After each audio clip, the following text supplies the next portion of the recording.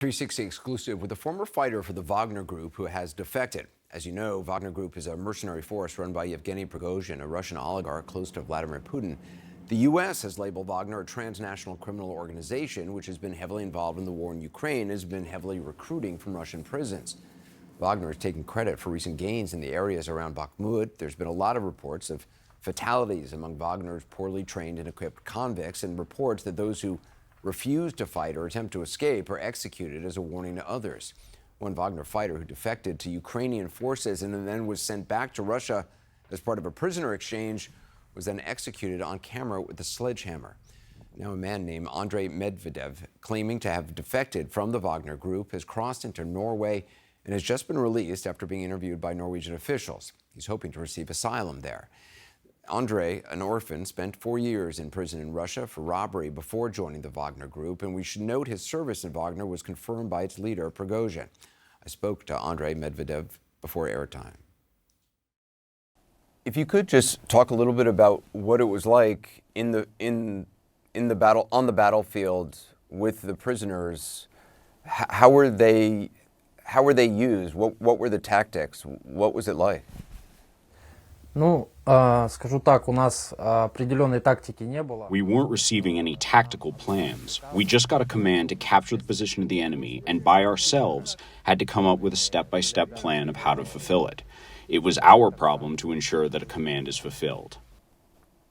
You have said in the past that you saw Wagner troops getting executed for disobeying orders. Is that accurate? Ну, такие случаи, они сплошь. Such cases happen very often there. There is a question of how to persuade new recruits who arrived at the front lines and saw what is going on there and decided they don't want to fight to still go ahead and fight. They would round up those who did not want to fight and shoot them in front of the newcomers to develop their self-preservation instinct. Why did you decide to leave the Wagner Group? Ну, я как уже I говорил. planned to leave Wagner for a while, but I didn't have the opportunity. I was afraid I will be captured and shot as a traitor. I am ready for serious action, but I also want to live. By the end, I knew they won't let me go. I will return as part of the dead or the wounded. It was time to make a radical decision. If it wasn't for my guys, my comrades, I would have been buried at some training ground. There have been allegations and reports of the execution of civilians, civilians being shot, just walking down the street, of abuse of civilians. Did you see any of that? Did you witness any of that? Нет, я не могу сказать то, что я... I cannot say I witnessed this because I was tasked mainly with forested areas and approaches to Bakhmut. I am not aware of such cases. No matter what, we had a strict code of conduct for fighters. If those rules are breached, there will be punishment. You escaped into Norway, and the spot where you crossed over, where you said that you crossed over into Norway, it's very heavily guarded on the Russian border. And some people have raised questions about how you were able to even get to the border because it's so heavily, there's so many checkpoints on the way there.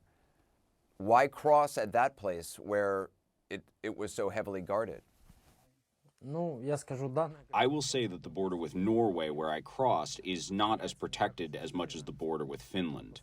But in this case, I am honestly very grateful for the training I received with the Ministry of Russian Defense, where I did military service, and grateful to Wagner. The training I received there came in useful, and I gladly put it to use. Did you have help getting across? Because aren't there many checkpoints even to get close to the border? Да, я в первую очередь... I was helped by workers of human rights groups in Moscow and elsewhere, even just civilians who heard my story. When I was approaching the last post next to the border, I was helped by a man from Murmansk who found a passport of a man who looked similar to me. I am very grateful to him, but cannot disclose his identity for his safety. The passport helped me to get past the control post, and I was able to get closer to the border. Why have you agreed to talk? Why do you, what message are you trying to, do you want people to know about Wagner, about your experience? Ну, знаете, я изначально как бы... My idea was to tell the people what was happening there, and my mates who died there, they died under orders. So my aim is that the people who are guilty of these crimes should be brought to justice. And when you say the people who are guilty, who do you mean, and what are they guilty of? Знаете, я... You know, I would like to take this opportunity of stating publicly. Maybe other folk have different views about this, but the first culprit is Prigozhin, because he is the top leader. Prigozhin runs the Wagner Group. He's in charge of it. Пригожин непосредственно... Yes, him, absolutely, and the whole coordinating Wagner lot. And everyone knows it's subject to the Russian government's commands, the whole lot of them. Does that include Vladimir Putin?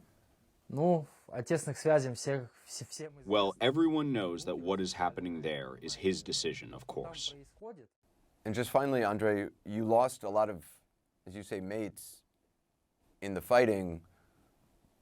What should their mothers know? What should their families know about what happened to them?